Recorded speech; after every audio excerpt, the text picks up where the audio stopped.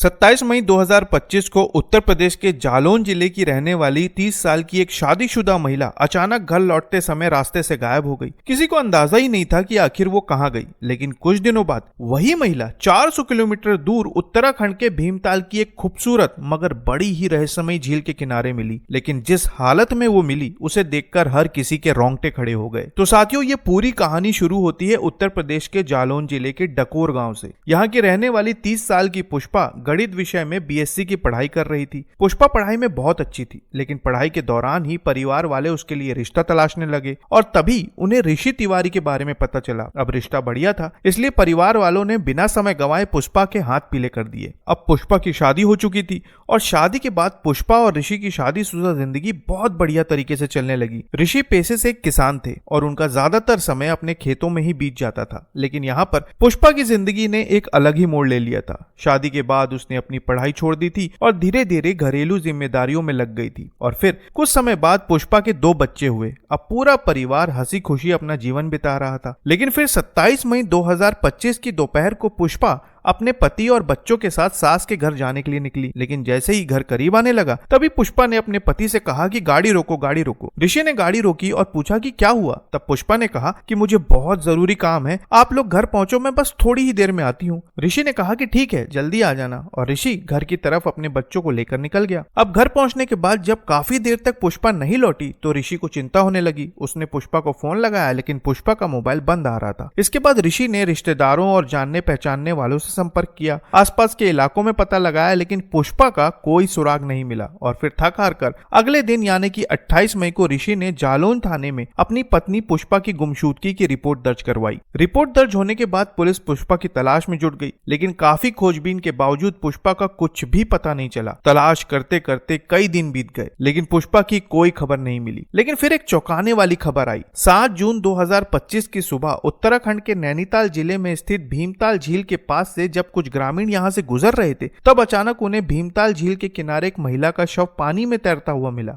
अब जैसे ही शव मिला, ग्रामीणों ने तत्काल इसकी सूचना पुलिस को दी। सूचना मिलते ही पुलिस मौके पर पहुंची और शव को कब्जे में लेकर पुलिस ने शव को पीएम के लिए भेज दिया और उसकी पहचान करने में लग गई। सबसे पहले पुलिस ने आसपास के राज्यों में गुमशुदा हुई महिलाओं की जानकारी मंगाई। जब जालौन से पुष्पा की गुमशुदगी की जानकारी पुलिस को मिली तो उत्तराखंड पुलिस ने पुष्पा के पति ऋषि तिवारी से संपर्क किया। पुलिस ने शव की तस्वीरें ऋषि को भेजी और जैसे ही ऋषि ने उन तस्वीरों को देखा, उसके आंसू फूट पड़े। उसने पहचान लिया ये उसकी पत्नी पुष्पा है। इसके बाद ऋषि उत्तराखंड पहुंचे और शव की शिनाख्त करने के बाद पुष्पा का अंतिम संस्कार परिवार की उपस्थिति में किया गया। अंतिम संस्कार के बाद पुलिस ने अपनी जांच और तेज कर दी। पुलिस ने भीमताल के आसपास के सारे सीसीटीवी फुटेज खंगाले। वहीं पुष्पा और उसके आसपास संपर्क में रहे लोगों के कॉल डिटेल्स की जांच की गई और जांच में एक नाम उभर कर आया। नाम था अभिषेक श्रीवास्तव। पुलिस ने गौर किया कि अक्सर पुष्पा और अभिषेक की लंबी लंबी बातें होती थी।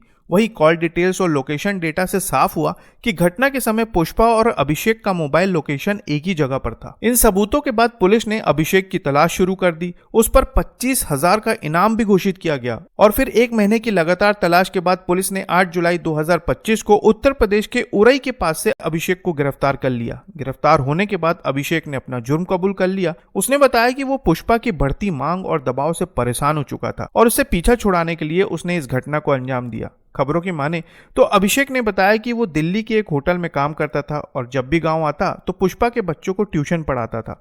हालांकि शुरुआत में तो उसकी और पुष्पा की उतनी बातें नहीं होती थी, लेकिन फिर धीरे धीरे दोनों में बातचीत शुरू हो गई। दोनों की जान पहचान बढ़ी और फिर ये जान पहचान नजदीकियों में बदल गई। दोनों अब एक दूसरे से प्रेम करने लगे थे। वहीं पुष्पा अभिषेक के प्यार में इस कदर पागल हो चुकी थी कि उसने अब ठान लिया था कि वो अपने पति और बच्चों को छोड़कर अभिषेक के साथ अपना बाकी जीवन बिताएगी और इसलिए 27 मई को भागकर वो अभिषेक के पास दिल्ली चली गई। दिल्ली पहुंचने के बाद पुष्पा ने अभिषेक पर दबाव डाला कि वो उसे अब अपने साथ रखे, लेकिन अभिषेक किसी भी तरह की जिम्मेदारी से बचना चाहता था। वो पहले से विवाहित था और पुष्पा के साथ कोई भविष्य नहीं देख रहा था। लेकिन जब पुष्पा अचानक उसके पास पहुंच गई तो वो बुरी तरह से घबरा गया, जिसके बाद उसने पुष्पा को उत्तराखंड के भीमताल चलने के लिए कहा। अब 6 जून की रात अभिषेक पुष्पा को लेकर भीमताल पहुंचा। रात के करीब 1:30 बज रहे थे। वहां पहुंचकर दोनों ने जमकर शराब पी। फिर अभिषेक पुष्पा को झील के किनारे ले गया और वहां पहुंचने के बाद पुष्पा ने फिर अभिषेक के साथ रहने की जिद पकड़ ली और उसी समय अभिषेक ने उसे झील से धक्का दे दिया। पुष्पा इतनी ज्यादा नशे में थी कि वो अपने आप को संभाल ही नहीं पाई और डूब गई।